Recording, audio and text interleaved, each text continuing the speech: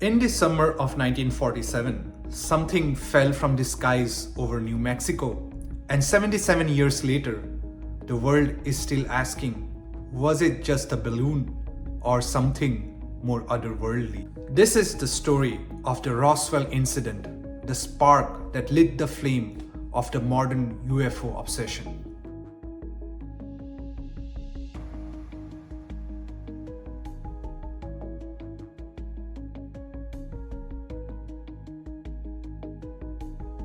It all began weeks before Roswell when pilot Kenneth Arnold spotted 9 crescent-shaped flying objects over the Cascade Mountains in Washington. He described them moving like a saucer would if you skipped it over water.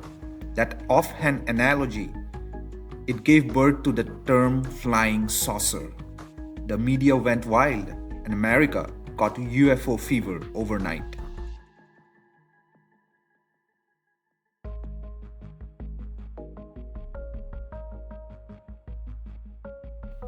On July 7, 1947, New Mexico rancher Mac Brazel discovered bizarre debris scattered across his land, metallic strips, odd rubbery materials, and lightweight beams with strange symbols. It had fallen during a recent thunderstorm. Thinking that it might be linked to the recent flying saucers in the news, Brazel reported it to the local sheriff. That call set off a chain of events that would echo through history. Major Jesse Marcel, an intelligence officer from the Roswell Army Airfield, arrived to investigate the incident and took some of the material back to base.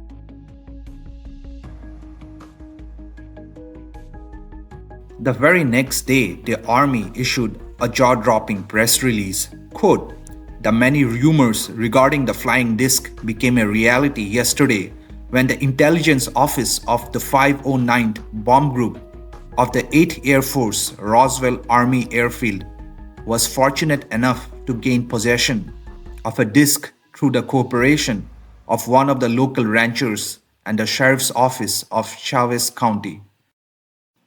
The Roswell Daily Record, a local newspaper, printed the headline that made history. The story exploded. For the first time, the US military had publicly acknowledged recovering a UFO.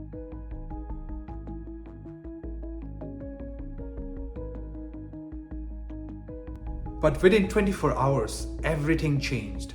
The military now retracted its claim, now saying that it was merely a weather balloon. General Roger Ramey even posed for photos with tinfoil and wooden sticks, debris that didn't match Brazel's original description. Some believe the photos were staged, swapping the real wreckage with common materials to kill the story, and it worked, at least for a while.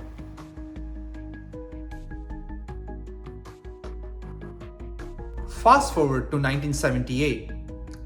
Physicist turned ufologist Stanton Friedman interviewed Jesse Marcel, now retired. Marcel says flat out, the weather balloon story was just a cover-up. What they found wasn't from this earth. Soon, other former military personnel echoed his claims, some even describing alien bodies being recovered and taken to Hangar 84 at the Roswell base. The public was hooked. Documentaries, books, and movies followed, fueling a pop culture obsession that never went away.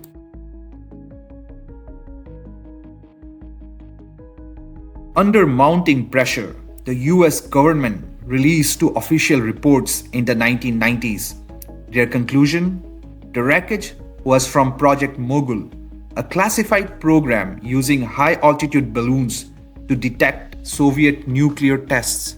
As for the alien bodies, the Air Force claimed they were test dummies from later parachute experiments. But the skeptics argue, why the secrecy? Why the sudden U-turn?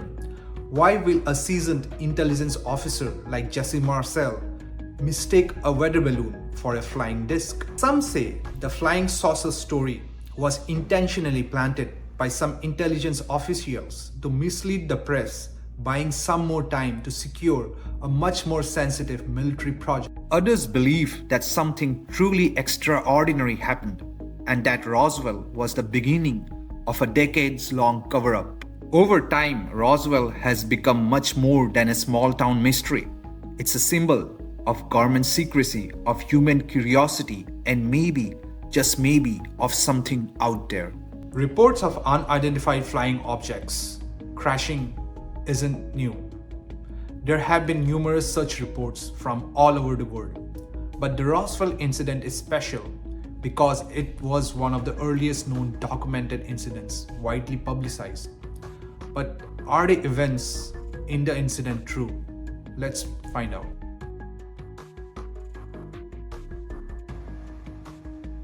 In 1947, the United States was in the early stages of the Cold War. Nuclear weapons had just been introduced to the world stage, and tensions with the Soviet Union were escalating. The country was also experiencing a technological boom and increasing anxiety over aerial surveillance. Against this backdrop, Ken Arnold's sighting of fast-moving, unidentified flying objects ignited a perfect storm of public paranoia and government urgency. When the Roswell debris was discovered shortly afterward, it was interpreted through this lens of high alert and existential dread. The military's initial press release confirming the recovery of a flying disc, followed by complete and rapid retraction within 24 hours, is one of the most perplexing elements of the incident. The original release was unusually direct and confident. The sudden reversal to a weather balloon narrative created more confusion than clarity. However, shortly after the first news report, Major Marcel traveled to another US Army base in Texas, where he met with General Roger Ramey. After their meeting, Marcel returned to the room where he placed the debris. He had shockingly discovered that the initial debris Mac Brazel brought to Marcel had been replaced by pieces of a weather balloon and a radar reflector kite. Ramey instructed Marcel to take photos with the replaced debris and warned him not to discuss this incident again. If the object was merely a balloon, why release such a sensational statement in the first place? The military's handling of the event, perhaps in an effort to protect classified programs, ultimately undermined its own credibility, fueling decades of suspicion. The press played a vital role in shaping the Roswell narrative. The Roswell Daily Record's headline instantly went viral by 1947 standards. The term flying saucer, coined days earlier, was now firmly embedded in the public consciousness. Photographs of officers posing with foil-like debris became iconic, but also suspicious. Two major official reports were released. In 1994, the report stated that the debris was part of Project Mogul, a top-secret balloon system meant to detect Soviet nuclear tests. And another report was released in 1997, where it stated that the alien bodies seen by witnesses were explained as test dummies from later parachute experiments. These reports attempted to demystify the event but left critical gaps. Project Mogul was indeed classified, but the timeline of dummy tests didn't fully align with the 1947 crash. Witnesses like Major Jesse Marcel and others later claimed the debris was not balloon-like, contradicting official narratives. While Project Mogul is a plausible explanation, the government's explanations came nearly 50 years too late, allowing conspiracy theories to root deeply in public imagination. The delayed transparency arguably caused more damage than the original confusion.